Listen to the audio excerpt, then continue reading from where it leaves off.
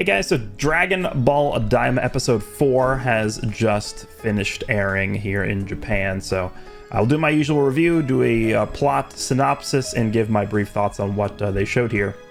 I believe the episode title in English is called Chatty. It's Oshaberi, which is like just talking, so I guess, yeah, it makes sense. So yeah, just to start off with, again, spoiler alert, this is going to contain spoilers for the entire episode. If you don't want to be spoiled, click off. So basically the episode starts right where episode 3 ended, where they noticed that their ship was stolen, so they can't use the ship anymore. So it's basically them on foot, and I actually really like I don't even know how to describe this, though. I like the progression that this episode really establishes, because like I said in the last episode, to me episode 3 felt like the end of the introduction to the series. This sort of feels like the real first episode that we're taking a step into the main body of the series. And throughout this entire episode, there was a super, and we kind of got this feeling earlier on in the series too. It's not starting with this one, but this is really just feeling like an anime of an RPG. I mean, I mentioned in this last episode 3 review that I never played Dragon Quest personally, but you can tell that they very obviously took super heavy influence from Dragon Quest. Obviously, Toriyama has involvement with that, so it makes a lot of sense that they would do that. But this essentially almost feels like Goku is stepping into the world of Dragon Quest almost, due to how they structured this. So now they have no ship, they have to, sort of walk on foot. They try to fly, and they realize that the air is still pretty heavy, so they can't really do that. They reach this canyon, and so they have to, of course, fly over the canyon. So they start to slowly sort of fly over the canyon, and all of a sudden this gigantic, again, very Dragon Quest looking thing appears. Actually, I'm on DBS Hype's social media here. Yeah, it's this thing right here. You can't really get a good look at this. Let me see if I can open up some images here. So they're flying over this canyon, and this thing just all of a sudden appears. I mean, this is a very Dragon Quest looking thing, like monster thing here. So yeah, this thing appears, it attacks them, and Glorio actually just like very easily takes it out with, I think it's like one punch and one kick. He takes this thing out. So Goku sees that, and he's like, wow, you're even stronger than the Supreme Kai. So looks like Glorio actually does seem to be pretty strong. So then I'm gonna just sort of go through my notes here. So after that, they're attacked again by a giant ogre, but before the ogre jumps out from like behind a rock, Goku is able to sense that he's coming by sensing his ki. And Glorio is like, how did you know that he was going to appear? And then Goku says, oh, I sensed his ki, so I knew he was there. And so I guess Glorio doesn't really understand the concept or know of what the concept of ki is. So that was interesting to me. And then after this, they sort of reach like an outpost. Yeah, here's the ogre. This guy right here. Goku just kicks him in the head, and that's it. That's the end of that ogre. Let me see. Yeah, so they reach an outpost where they can get some food and drinks. Again, super mega RPG vibes from all of this. They go in there, they get some food, they get some drinks, and Glorio starts to haggle with the owner, who's this woman right here. So this woman and her husband, I guess, own the sort of like outpost or inn or whatever you want to call it. And Glorio starts to negotiate for a good price on a ship or like a taxi or whatever they can get to sort of, speed up the progression of them getting to the castle, because their ultimate goal is to get to the king of the third demon realm, right, of the castle there. So he's trying to talk to this guy. This guy's like cannot hear at all, like super old, super hard of hearing. And so I guess he just, they settle on a price, and they're getting the ship ready. They're getting the ship ready. And this guy starts going on a tirade. He's like, you guys are about to experience the greatest ship of all time. He's like acting like a festival like announcer, like screaming out and like dancing around. He's like, Goku's like, I can't wait to see what kind of ship we're gonna get. And what it turns out is what is the name of it? It's called the Sky Seed. The Sky Seed is the name of the ship, and essentially what it is, it's just a giant cannon. So they're all sitting, all three of them, Glorio, Supreme Kai, and Goku, are all sitting on this seed.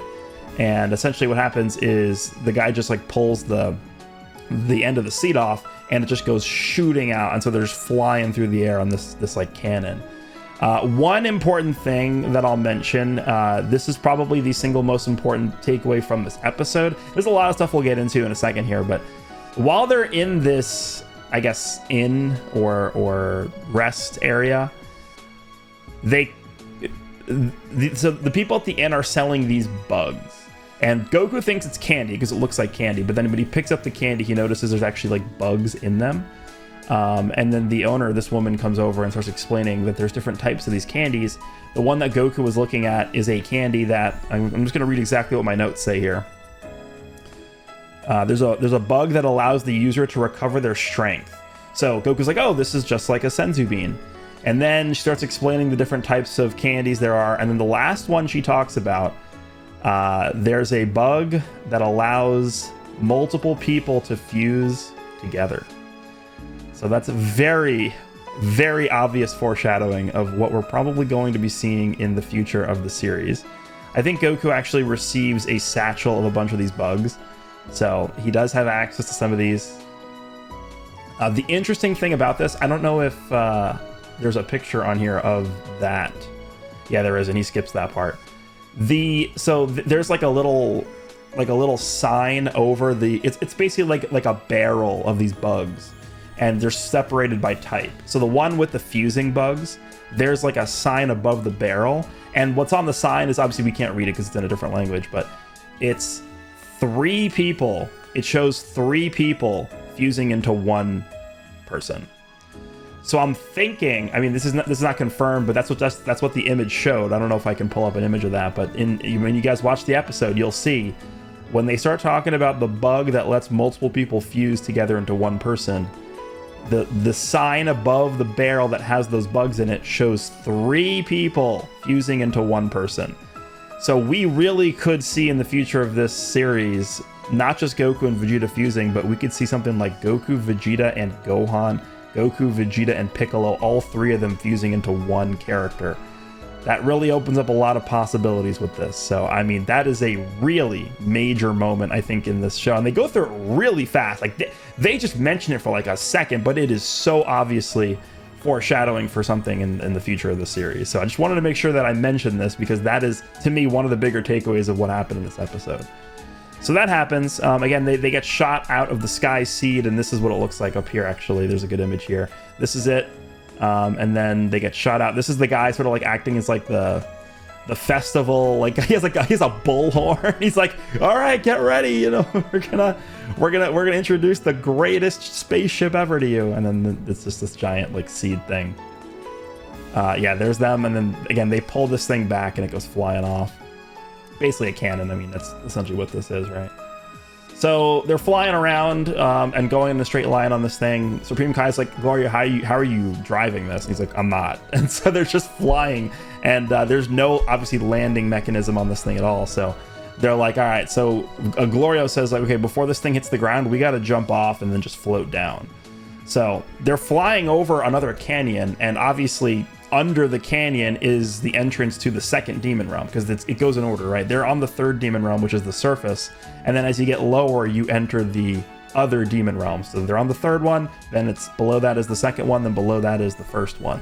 So over the canyon, if they fall into the canyon, they're going to end up in the second demon realm, which they don't want to do. So they sort of abandon the Sky Seed over the canyon, and then they fly and fly down to safety. So then we get into a pretty interesting conversation. Glorio says they still have about half a day of travel left to get to the castle. So again, there's still a lot left here, I guess, until they get there. Goku starts asking about the Dragon Balls in the Demon Realm, because he remembers that Piccolo did mention that there were Dragon Balls in the Demon Realm. Glorio says, and Goku's like, oh, how do you search for the Dragon Balls here? And Glorio's like, well, you don't actually search for the Dragon Balls. We already know where they are. So what it is there's one Dragon Ball per realm. So in the third Demon Realm, there's one. In the second Demon Realm, there's one. And then in the first Demon Realm, there's the last one. So there's only 3 Dragon Balls in the Demon Realm, which we already knew. And he says they are guarded by the quote-unquote terrifyingly strong Tamagami, which we know of it because they're in the intro. We saw them earlier on. I think we saw them in episode 1 when Neba is introduced. And he says that, to his knowledge, no one has ever been able to collect all 3 of the Dragon Balls from the Tamagami. So, I mean, supposedly they're supposed to be very strong, and they sort of leave it at that. Goku says after they rescue Dende, they should gather the Dragon Balls and wish for them to become, and wish for everyone to be returned to their normal states. So that might be how this thing progresses, but we'll see. We'll see. So they reach the next town, and again, this to me is like classic RPG progression, where you sort of have a town, wilderness, where you're navigating through mountains and fields and whatever, and then you get to the next town. It's like, you know, if you haven't really played that many RPGs, it's kind of like Pokemon, where there's a town where you have a bunch of, you know, shops and whatever, and then you do some tasks in the town, and then you just travel out of the town, and then you know, again, you're adventuring through the terrain of whatever area you're in, and then there's the next town. That's, I guess that's kind of what we're experiencing here. What do we have? Yeah, here's a picture. They're like, we got to rescue Dende. So they show Dende. So they get to the next town here, and they notice that there's a massive crowd gathered around in front of a group of military police, and Gloria is basically explaining to Goku that these police officers are working for Goma. And you can actually see they replace, I don't know if they replaced the statue, but you know how there was a statue of Deborah there before with like the peace sign or whatever? They replaced that with Goma. So now there's a statue of Goma, and they're like, well, as you guys know, last year Deborah was you know, he was killed, and so now we have a new king of the demon realm who's Goma, and you know, Goma decrees that you have to pay a certain amount of money, or we're going to steal some of your life energy. And so what ends up happening is these guys are like the villagers or the townsfolk are lined up sort of in a line to go up to this, like, sort of, I don't even know, it's like a medieval wooden stage where you would have like those like handcuff things. Like, that's what it looks like to me. And so they're all lined up and they're all ready to pay and throw their gold or whatever. I think it's dokuro is the currency in the demon realm, which is literally skulls is what it means. But they're all lined up to sort of throw their money in like this giant pot. And if you're short, then you have to pay in your life energy. So this guy ends up being short, and so what happens is they hook him up. It's sort of really weird looking. I don't think there's an image of this on here. They hook this guy up to a machine, and it looks like a lava lamp is what it looks like to me. It's this giant like blue lava lamp looking machine, and it just like sucks life energy out of him, and that's what it like adds a blob to the lava lamp is what it looks like. So yeah, it's kind of Frieza-esque, I guess, but yeah, they're obviously not very good guys. So while this is going on, this random, you can see this right here, this person right here, this random person sort of appears from the crowd and like says stop or whatever, and then she tries to throw like a bomb at them, and it doesn't really detonate, or a grenade, I guess. It doesn't detonate. So she gets surrounded by the police, or I guess we'll just call them soldiers. She gets surrounded by the soldiers and easily reprimanded and, like, you know, apprehended by them. And then Goku jumps in and starts defending her. So Goku, this is, by the way, this is by far the best fight scene we've seen so far on the show. Obviously, we haven't seen many fight scenes yet, but this is, in my opinion, the best fight scene easily we've seen in Daima. There's a really nice sequence of Goku using the power pole, a bunch of different moves, different angles. The animation is really good. So if this is a taste of what we're going to be seeing later on down the line with like some of these big fights that we're definitely going to have in the show, I think we're definitely in good hands with the animation team here. This is very high quality. Everything is very fluid. You can tell they put a lot of thought into the different techniques Goku's using. He's not just punching and, you know, the classic ah-ta-ta-ta-ta. That's not, he's not doing that here. He's doing real, full, fleshed out attacks with the power pole, and everything is animated properly, and it looks very fluid and very good. So I was really impressed with this. And I've seen a lot of comments already in social media by other Japanese people who are watching the broadcast.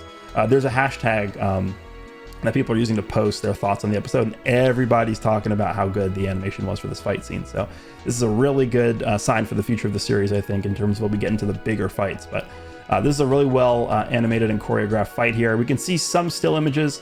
This is, I believe, an image they showed in one of the trailers, this image of Goku. This looks really good. Yeah, it's like a bunch of these guys are the, I don't even know what to call them, the soldiers. And Goku is just taking them out, and he's like extending the power pole. It really does remind you of Goku versus the Red Ribbon Army from OG Dragon Ball. It really does. But obviously this is a different level of animation almost. So Goku ends up saving the townsfolk, and this person who appeared and tried to help out also is revealed. She takes off her cloak and her mask, and her they don't actually call her by her name because the episode literally ends with her taking her cloak off, and this is the final scene of the episode is this right here. This is Panji. I guess she's gonna be called Pansy or Ponzi, or I don't know in the English dub, but Panji is the Japanese name of that character. So that's how the episode ends, and I believe the next episode is called Panji. So the next episode probably is going to be about her and centered around her and her backstory. So we're going to be introduced to her, and I mean, we do see her in the intro to the show, so we know she's going to be playing a major role in the show. She's in the ending sequence as well, so this is probably the final like sort of main character we're going to be introduced to.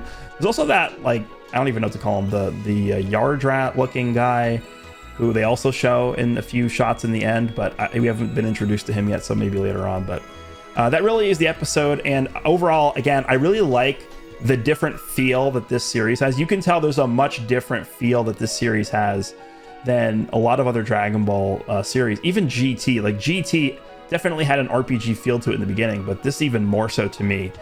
Just the environment feels more RPG-like. The fact that they're literally going from town to town, sort of like a Dragon Quest style, adventure for them. I do like it. I think it's something different, but I do think it works for the show so far. If this was going to be like a 30-episode Dragon Quest RPG adventure, I think it would get pretty old pretty fast. But I think for now, at least being on episode 4, it doesn't really feel like it's worn out yet. And it definitely does feel like we are progressing with the story. There's, they're weaving in some foreshadowing things, like I mentioned, with the bugs and the fusion and the fusion. And then, some additional points about the Dragon Balls, and I guess at this point we're kind of just waiting for them to get to the castle, and also to see when Vegeta and Piccolo and Bulma are going to arrive as well. And Kibito, I guess, also is going to be in there. Actually, no, I don't think, is Bulma gonna, I mean, Bulma's I think Bulma is gonna somehow arrive there too, because she's in like the intro and ending, but we'll see. So that is essentially this episode. Overall, I thought it was pretty good. Again, this feels like the first of the main body of the series episodes. So we've now graduated from the intro to the series. Now we're sort of in the middle or meat or body of the series. And this is going to be the majority of the show. Like this is going to last until, I would say, maybe the last 2 or 3 episodes where things start to wrap up. But now we're sort of in the meat of the show here, which is nice to see. And yeah, I'm excited to see how things are going to progress next episode.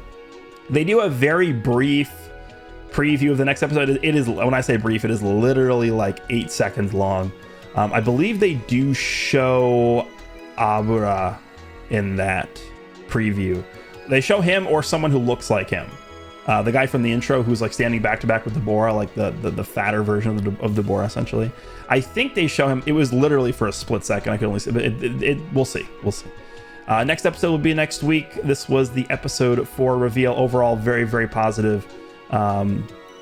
Positive viewing experience for me, I think. So I'm looking forward to the next one. Let me know what you guys think when you see the episode. Hope you guys enjoyed, and I will see you all in the next one.